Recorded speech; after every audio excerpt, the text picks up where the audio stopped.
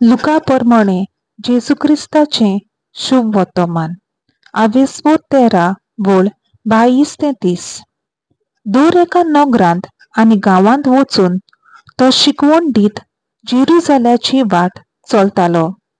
तेन्ना कोण एकल्यान ताचे लागीं विचारलें, सायबा, सोडवण जोडूंक पावतली ती तोडींच काय?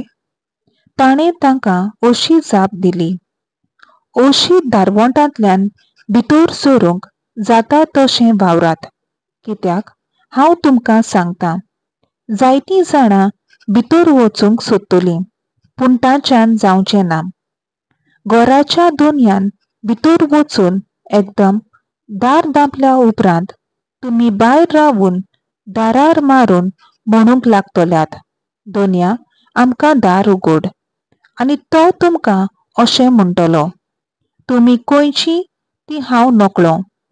तेन्ना तुमी म्हणटल्यात, तुज्या म्हऱ्यान आमी जेवल्यांव आनी पियेल्यांव आनी आमच्या रस्त्यांचेर तुवें शिकवण दिल्याय.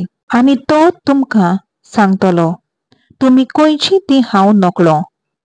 वायट करतल्यांनो, सगळीं तुमी म्हजे थावन पयस सरात.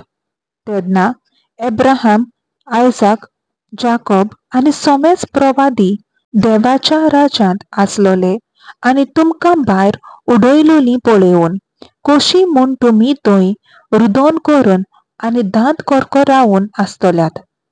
उदेंती, अस्तमे, उत्तरी आनी दक्षिणे थावन लोक येतलो आनी देवाच्या राज्यांत जेवणाक बसतलो.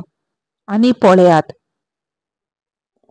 आतां निमाणीं आसात ती पयलीं जातलीं आनी पयलीं आसात ती निमाणीं जातलीं. देवाचें उतर हें. देवाचो व्हड उपकार.